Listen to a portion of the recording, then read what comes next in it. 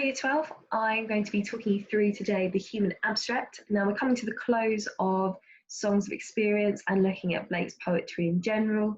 So it's a really good reflective moment to think back and consider what poems would be a really good comparison to make with the human abstract, as well as kind of thinking about this poem as the pinnacle of Blake's criticism of the church, in my opinion, in particular.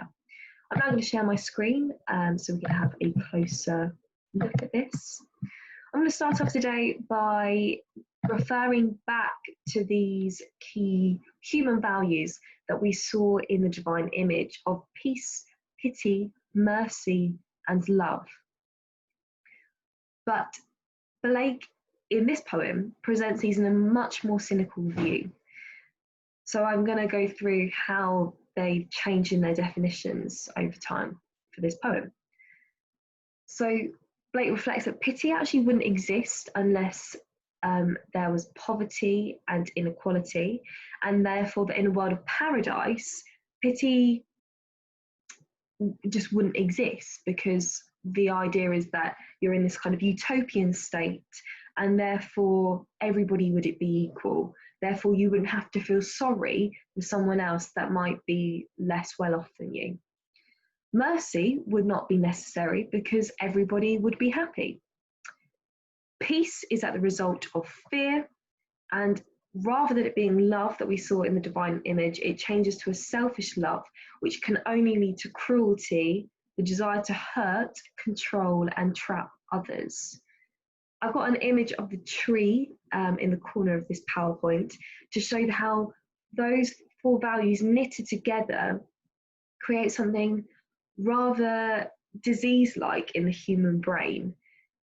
And as the gods towards the end of this poem try to look for where this tree lies in nature, they can't find it, because actually it is an abstract thought produced by humans to suggest that actually it's not a real tangible thing. You can't get to it. It's not real. It's something that the human imagination has created and made up. But then we need to think about, in terms of linking this to power and protest, and a more Marxist interpretation, is it because of that false consciousness, that indoctrination that we're meant to believe that this is the right, worthy and compassionate way to live, when actually our own thinking has been clouded by those who are more powerful than us, and therefore we are at the mercy of their own powers. We also have how this tree of knowledge and human life and lesson actually produces the fruit of deceit and lies, which is an obvious echo to Adam and Eve and the way that they eat. Well, Eve eats the apple of temptation. Therefore, we have this tree which, as it grows, produces further shades, therefore further mystery and enigma, which could therefore be representative of religion and the human construct of what conventional morality looks like. And then finally, we have how the human mind is actually the agent of its own downfall. And this poem, in fact, could be an analogy, of how the human mind creates its own downfall and is therefore imprisoned by itself and its own values. So really in this poem we're looking at the oppressive social structures which cloud the mind into thinking that this is the right way to live and to be, when actually Blake totally challenges this and criticises it by being an entirely abstract thing. I'm now going to give you a reading of the poem, pausing at particular standards and zooming in on words and meanings. Pity would be no more if we did not make somebody poor, and mercy no more could be if all were as happy as we. Like I said at the beginning, pity wouldn't exist if there weren't social inequalities and social classes, because it's only by looking at the poor man that it evokes sympathy for the poor person. But what I'm interested in is, well, like we saw with the divine image, Blake is personifying all of these human virtues and shattering the definitions of them, quite frankly. I've highlighted no more because we're beginning to feel right from the offset this very definitive tone, the fact that the speaker of this poem is totally in control. We could argue that there is that authorial intention through the narrative spokesperson in this poem. And then we also, as I said before, mercy wouldn't exist because, you know, we'd all be happy.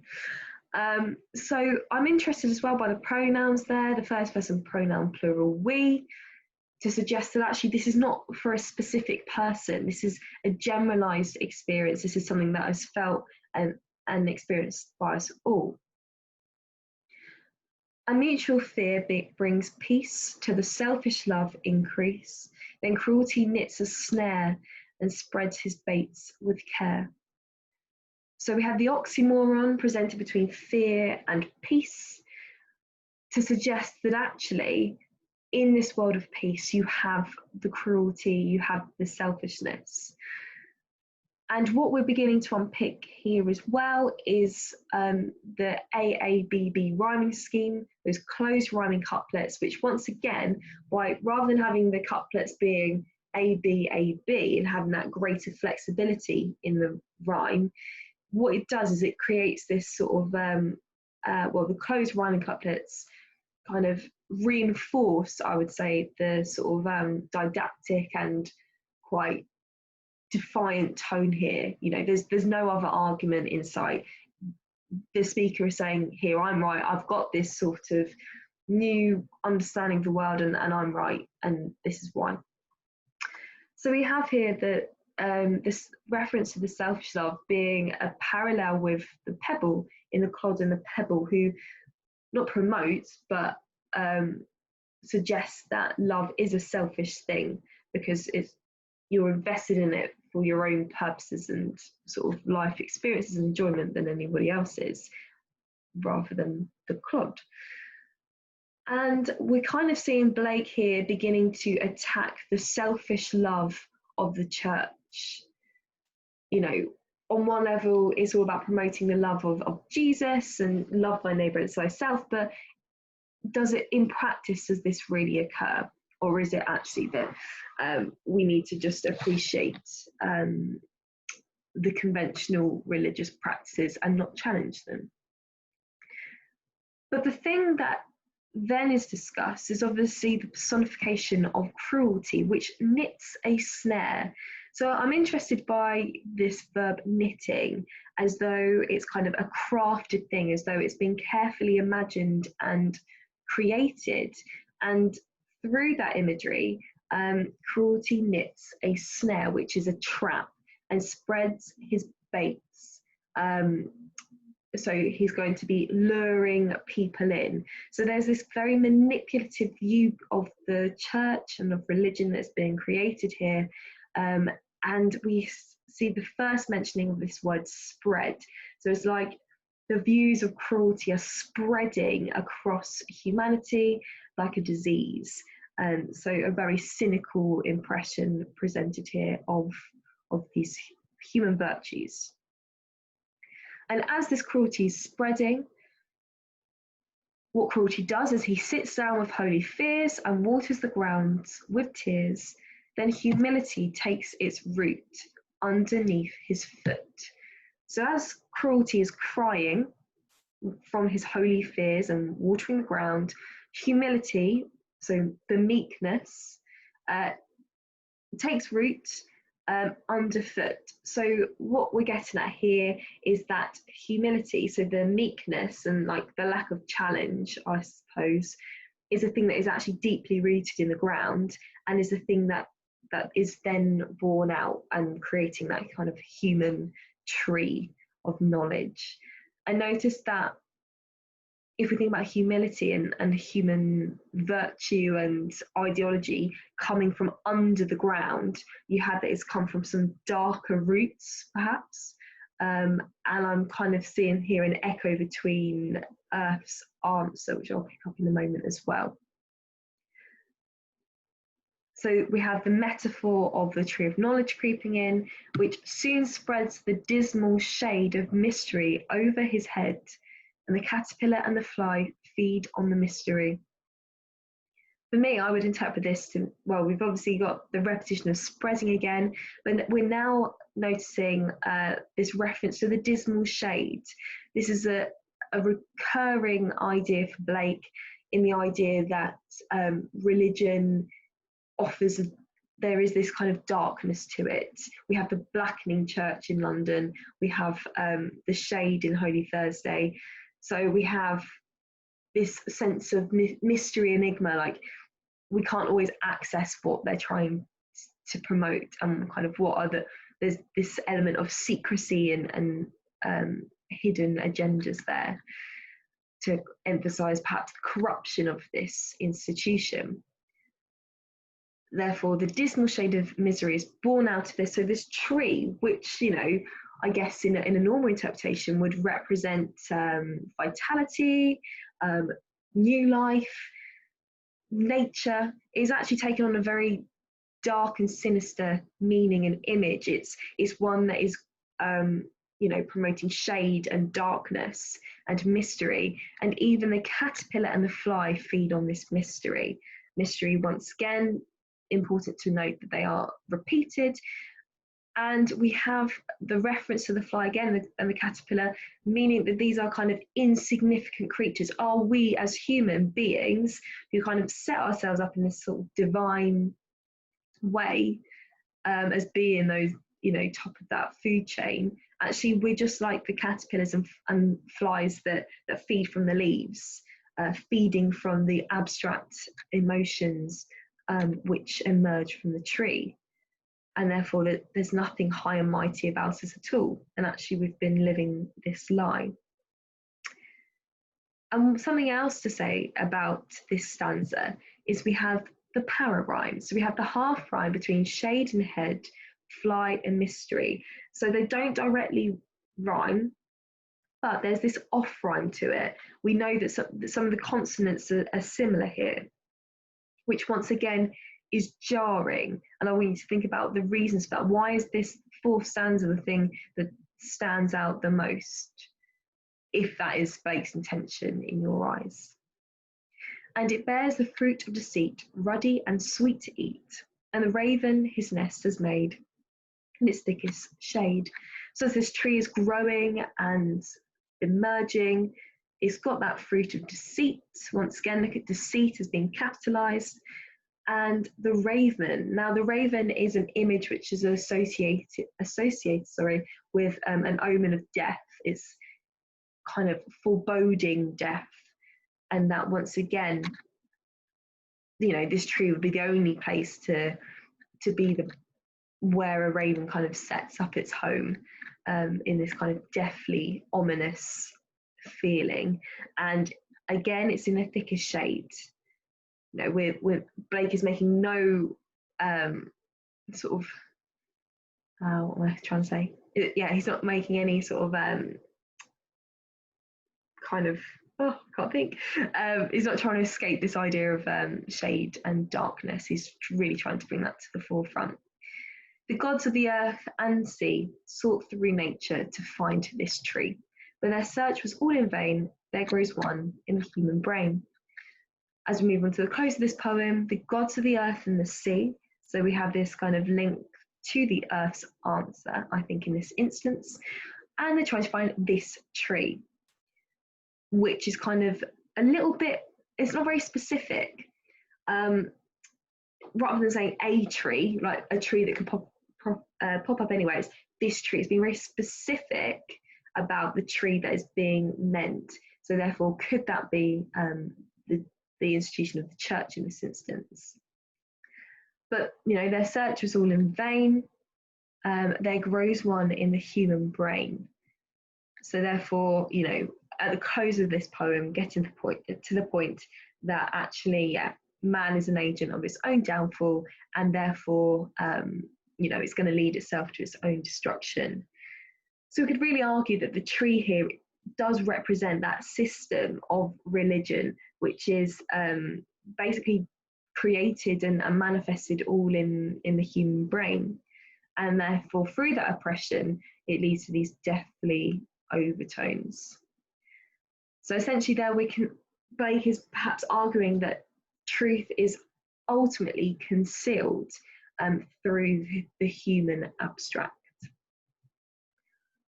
If we think about the common saying that God created man in his own image, what we're beginning to see here is this transcendence to actually humans creating their own image of God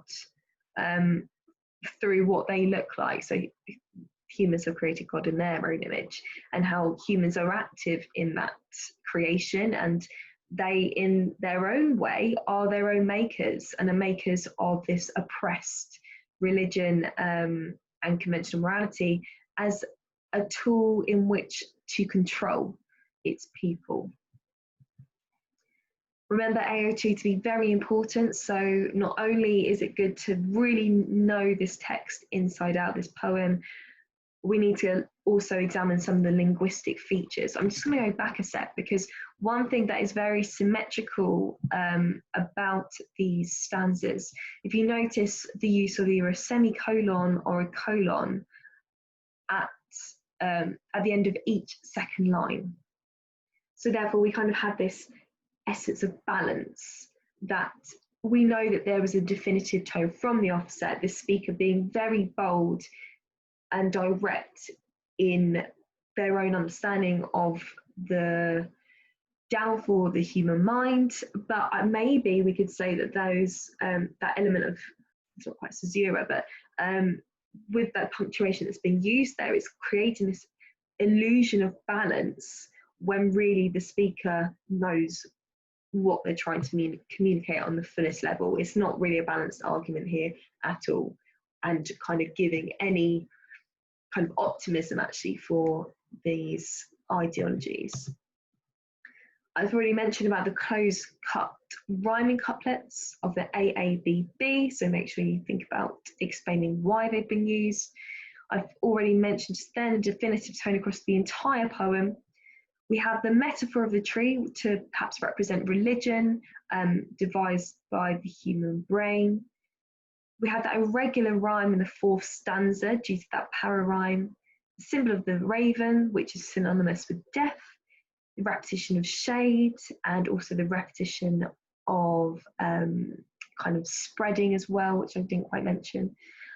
Personified human virtues, the punctuation, as I've just mentioned, and yeah, so that word spread being imagery associated with disease and infection, which you could also apply to your contextual readings for AO3, and how, you know, the poor were at the mercy of these diseases, and not only it being a disease of the mind due to false consciousness, but, you know, the infection being symbolic of the time because of the amount of people that were dying due to their medical illnesses.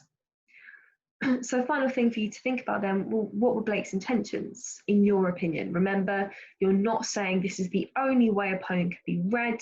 You should also be reading what other critics are saying about it, coming up with your own views, because by any means, what I'm saying is not the only way to read this. This is a kind of dipping your toe into it, and an opportunity for further independent thought and reflection on your part.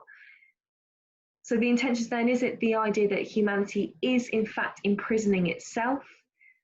Is it the fact that by thinking and speaking in abstract concepts that it allows humanity to deceive itself about the true motive of their conduct?